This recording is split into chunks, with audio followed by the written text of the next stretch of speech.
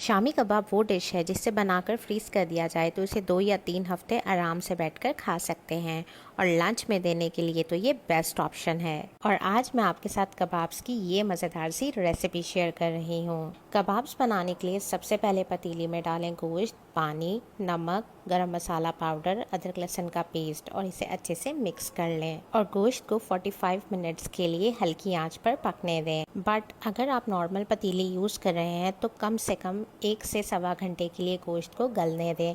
मैं यहाँ crucible kitchen का डच ओवन यूज़ कर रही हूँ। इसमें गोश्त बहुत ही जल्दी गल जाता है। It works like a cooker. Anyways, जब गोश्त गल जाए तब इसमें चने की दाल और दूसरे मेंशन किए हुए इंग्रेडिएंट्स डालकर अच्छे से मिक्स करें और मज़ीद 20 मिनट्स के लिए लो फ्लेम पर पकने दें। फिर गोश्त को ठंडा करके इसे अच्छे से पीस लें। चाहे तो चॉपर में चॉप भी कर सकते हैं। अब इसमें चॉप की हुई अदरक, चॉप की हुई प्याज, हरा धनिया, हरी मिर्चें, पुदीना डालकर अच्छे से मिक्स कर लें। फिर हाथों की मदद से कबाब्स बना लें और इन्हें साइड पर रख लें।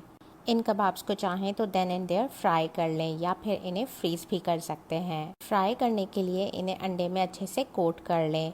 फिर गोल्डन ब्राउन होने तक दोनों साइड से शैलो फ्राई कर लें। बट मैंने कबाब्स को कास्ट आयरन के डुअल हैंडल स्क्लेट में फ्राई करके घर वालों को गर्मा गर्म जब ही सर्व कर दिया, जिन्होंने खाते ही कहा बहुत मज़ेदार।